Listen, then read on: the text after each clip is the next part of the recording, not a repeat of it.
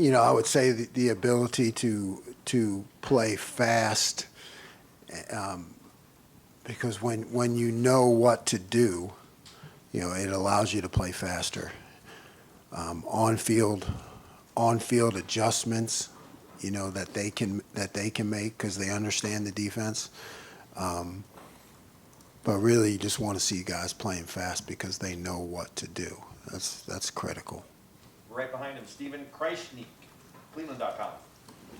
Last week, Cody Simon was talking about what it meant to him to get the block out and said that it had been a goal for him for a while. Could you tell pretty early on in getting to know him that he was a guy that had the opportunity to mean more for this team than necessarily X's and O's? Yes. Conscientious, team guy, right? Do whatever it takes, no ego involved. For my first 2 years here, he kind of did a little bit of everything. He's just somebody that you could count on all the time and always putting the team first. It's just that's the kind of guy we all want to represent us because it really means something to him. Front row right, Austin Ward, the podcast. Jim, you've mentioned throughout the month safety depth and having some attention on that. And I asked Ryan about maybe wanting to play younger guys and build that depth for the course of the year. If you're talking about that position specifically, and you know what you have in Caleb and Lathan, do you think you're more willing to put Malik out there or Jalen McClain out there in key situations than you might have been previously, or what would be your philosophy on that?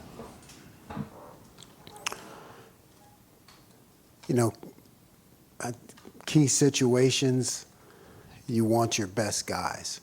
So I think when you have a clear divide between the first group and the next group, you're going to have your best guys in there in a key situation. I mean, you're going to look to continue to build that next group because anything can happen in this game, and they may be in there in key situations, but at least initially, until they get their feet wet, you're going to have your best guys in there. What about maybe, I shouldn't have said key, what about 14-0 in the second quarter? I know it's a hypothetical.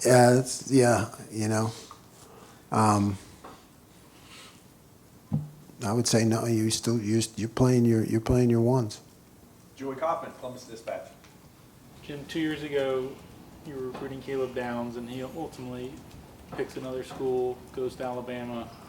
What were your emotions like this year when you sort of had a second chance and he decides to come here and all the potential that he brings and the impact he had? It's probably going to be more common in this sport moving forward, but just to go through it for somebody of his caliber, what was that like? Well, you take the emotions out of it. So when you say my emotions, you take the emotions out of it. I just knew we had to be on point. I guess that's, really it becomes, you look to recruit someone like that who understands the game the way he does. It's like a job interview, it's like game day. So it's not, my job is to not be that rah guy and all the beautiful things about Ohio State. My job is to explain the defense in detail so that he understands that I'm going to be able to coach him and make him better, on the field and with the scheme. So it's a lot more analytical. Bill Rabinowitz, Columbus Dispatch. Jim, Ohio State's traditionally played a marquee non-conference opponent. Notre Dame, obviously, the last couple of years. You don't have that this year. And is there any kind of concern that you might not be challenged the way that you would need to be challenged before you get in the meat of the schedule? I mean, how do you kind of feel about? You don't overlook any opponent. I get that, but we also are realists. How do you kind of approach it? I approach it the same. You're right. That's not something that falls under my bailiwick. It's an Ivy League term. Yeah, right, bailiwick. So like, yeah, can't be concerned with that. You know, we're looking at our play on the field, and I'll challenge them. You know, I make sure that I personally challenge them, no matter who the opponent is. Stephen Means, Cleveland.com. Kind of following up on what Austin was asking, but applying it to linebacker a little bit. I think in the past years, you've talked and vocalized the need to put Cody Simon out there more when you had Steele, when you had Tommy, and maybe just run out of snaps at some point. But you were talking about with the safeties, maybe there is a clear divide between the starters and the backups. Does that still apply to Will with Sonny and CJ? And if not, what would you ideally like to see what that split looks like between those two guys in that spot? Yeah, no, it doesn't apply to CJ, right? So that's when you get into like, okay, we have CJ, you know, who, when I think about things, I think about, okay, is there a clear delineation 1 and 2, but not with CJ. I mean, just like Cody was, I consider CJ a 1. So, you know, you could see the combination there, you know. You could see Sonny playing Mike and CJ playing Will and Cody taking a rest, you know, or you could see CJ at Will and Sonny taking a rest. So I think all 3 of those guys are considered 1s and should play equally. You said Sonny, and I'm not saying this happens on Saturday, but like, has he shown you he can handle that? Oh big yes, role? oh yes. Sonny is extremely coachable, and he's one of those guys you can tell things to one time and he gets it. So we have some versatility there. Tony Girdman, Buckeye Huddle. You mentioned recruiting Caleb was like game day. Were you an aggressive play caller that day? Was it bend but don't break? No, yeah, we packed up the laptop. You know, I really likened it to when I interviewed at Oklahoma State, and I think Coach Gundy brought in 10 guys. You know, brought you into a room, grilled you for 3 hours, didn't see the campus, shut the laptop, left. Find out whether you get the job or not. That's what it was like, Caleb. Pack up your laptop, head to Georgia, get in the house, 3 hours on the tape, pack up the laptop, and hope you did a good job. Right next door, Pat Murphy, 24/7 Sports. I asked Ryan about just kind of the excitement coming off of the way last season ended. Your defense obviously played well to end that season, but they've talked about how they felt like there were stops they could have made in those final 2 games. How much do you sense the opportunity that they feel to go out and kind of reestablish themselves as that dominant group once again? Yeah, they get it. I mean, you have to prove yourself every week. And yeah, there were, okay, maybe statistically we played okay, but we didn't win every game, you know. And you know, they are determined that if we have to win the game 3-0, you know, could have won the bowl game 3-0. I mean, that's on those guys, and they get it. You know, every week you go out there as like you're delivering your thesis. You know, you have to prove yourself on that day, and I think they understand that challenge, and they want the fans, the media, the rest of the team to be able to know when they go on the field that they can be counted on, no matter what the situation, no matter what the score.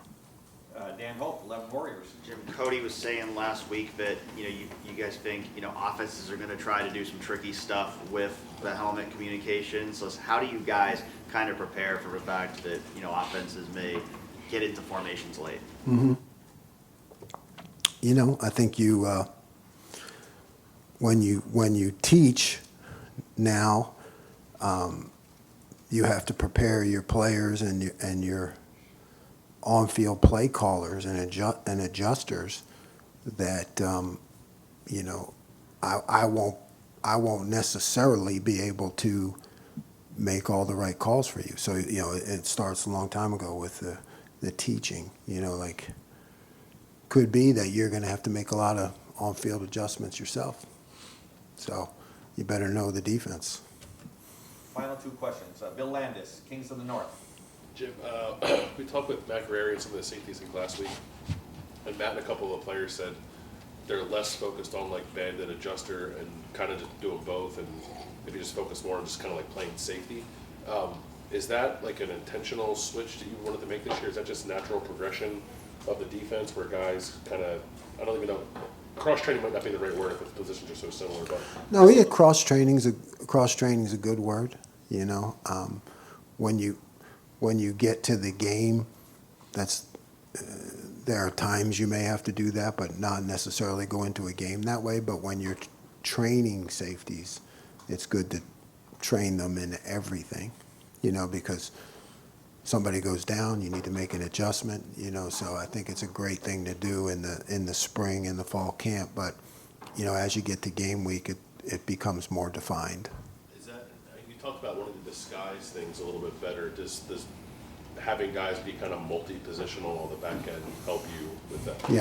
Yes, because you know, they understand the coverages, and you know, if you want to change coverage one way, that they get it because they've done it on the other side. And final questions, Jeremy Birmingham, the podcast. Jim, I'm not an expert on your career trajectory, but just like cursory glance, it shows that year 3 has been generally the best year statistically for your defenses in the stops you've made. How confident are you that that's going to be the case now, considering that there's not far to go from where you were last year? But what is the biggest difference for you as the play caller this year and just for the overall mindset of the defense from last year? You know, you always take the tools that you work with, and it's the job of the coaches to get the best out of what you have. Now, you know, maybe that year 3 is because, yeah, you get the guys who a couple years in the system, and now you're working with veterans, you know. So here at Ohio State, we're working with veterans who are also extremely talented. So, you know, you have to expect the best and